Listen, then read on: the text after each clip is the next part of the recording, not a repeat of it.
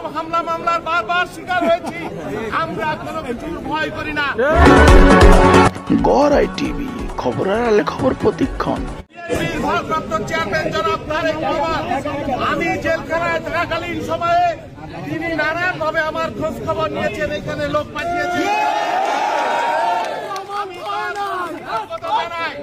আমার প্রিয় নেতা তারেক রহমানের প্রতি, আমার দলের সম্মানিত মহাসচিব নেতৃবৃন্দের প্রতি, আপনারা আমাকে ভালোবাসেন, আপনারা বিএনপি করেন, আপনারা এখানে অনেক কষ্ট করে এসেছেন, কয়েকদিন সবাই আমার খবর নিয়েছেন।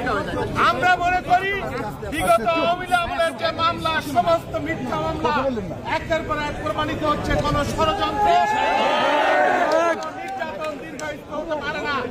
ইনশাআল্লাহ আগামী দিনে চূড়ান্ত রায়ের মাধ্যমে আমরা নির্দোষ প্রমাণিত হয়ে আবার বাংলাদেশের রাজনীতি করে আমরা রাজনীতি করতে যে জেল জুলুম হামলা মামলার বারবার শিকার হয়েছি, আমরা কোনো কিছুর ভয় করি না।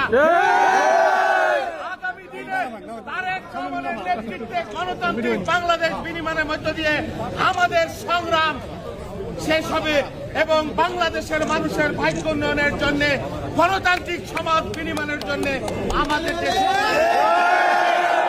বন্ধুরা, আমাদের বাংলাদেশের কোন নেতা আছে,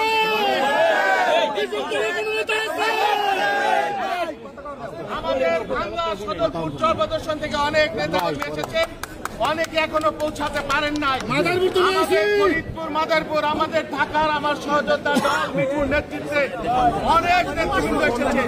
প্রত্যেকেই জুয়েল ঢাকা জেলার প্রত্যেককে আমি আমার অন্তঃস্থল থেকে আন্তরিক ধন্যবাদ জানাই। এইখান থেকে আমি সরাসরি শহীদ জিয়াউর রহমানের মাজারে যাব।